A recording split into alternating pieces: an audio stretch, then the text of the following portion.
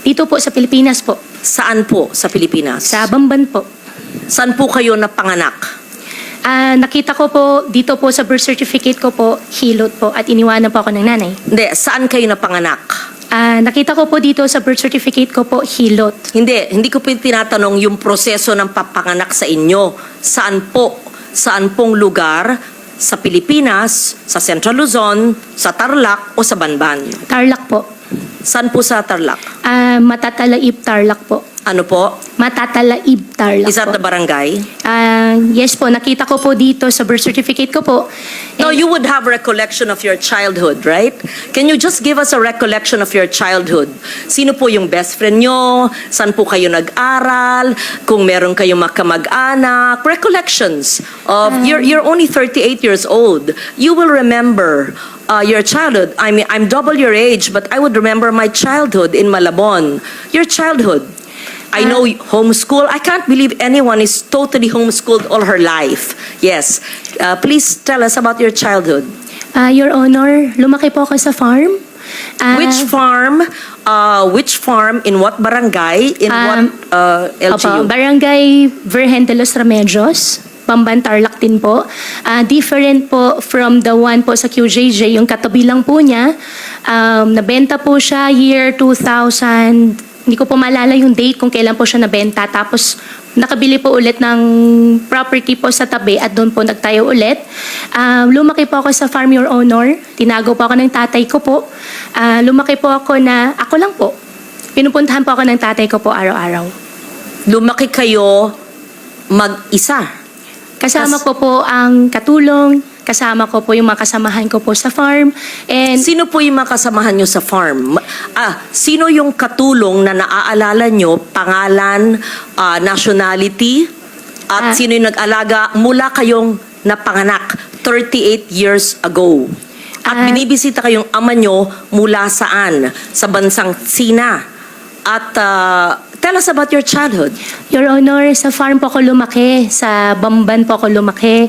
Lumaki po ako mag-isa, pinupuntahan po ako ng tatay ko. How I wish po... No, okay. You cannot grow up alone from a time you were born. Opo. So the formative years from a time your mother birthed you up to perhaps 10 years old, sino po yung inyong naging caregiver o yaya? Hindi naman pwedeng mag-isa lang po kayo sa farm.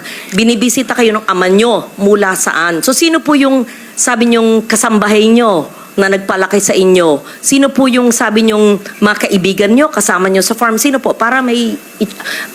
In short, I'll be Opo. very honest. Opo. Please convince us that you were born in the Philippines, that you are Filipino, and that you are not what people suspect you to be. Dediretsuin ko na po.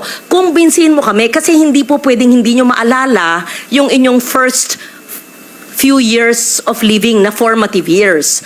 Para makumbinsi kami because we want to be convinced that all elected officials are Filipinos and not spies of other countries. So, as a nationally elected official, and I won in Tarlac, number 1, I think, or 2, and I won in Banban. Perhaps you even carried me your sample ballot. We have to know, di ba ho? So if you're really Chinese and fronting for other people, go back to your country. But if you are Filipino and you were born here, convince us because we want to be convinced. So I'm trying to help you by trying to make you recall about your childhood. Hindi pwedeng, kasi parang scripted. Kasi I was born on this. This is what I can remember. And then when I ask you the same question, it's the same rote. R-O-T-E. So convince us. Your Honor, lumaki po ako sa Bamban, Tarlac. Lumaki po ako sa farm. Paulit-ulit. Opo. Anong barangay, anong farm, sino po yung nag-alaga sa inyong sabi nyo na binibisita kayo ng ama nyo, ano yung family situation, sino pong makalaro nyo, kaklase nyo, kung homeschooled kayo, sino po nag-homeschool sa inyo, ganun po. Madam Senador, ako po ay lumaki po sa Barangay Virgen de los Remedios, Bamban, Tarlac po. Ako po ay isang Filipino. Lumaki po ako kasama po yung mga empleyado po namin sa farm. Ipaprovide ko rin po yung mga pangalan. Come and go din po naman kasi yung mga naging empleyado po. 38 years ago po, Madam Senador, wala po ako talagang maalala ng sobra. Pero meron pa po ako isang kasama ngayon po na matagal na po sa amin, si Mang Boy po, na hanggang ngayon, kasama ko pa rin po siya. Sa susunod po, baka pwede ko po siya i-present din po dito para makilala niyo po. And in fact, 14 years old pa lang po ako, nagtatrabaho na po ako. Kilala po ako ng barangay chairman na mention po kanina na ipapaimbita.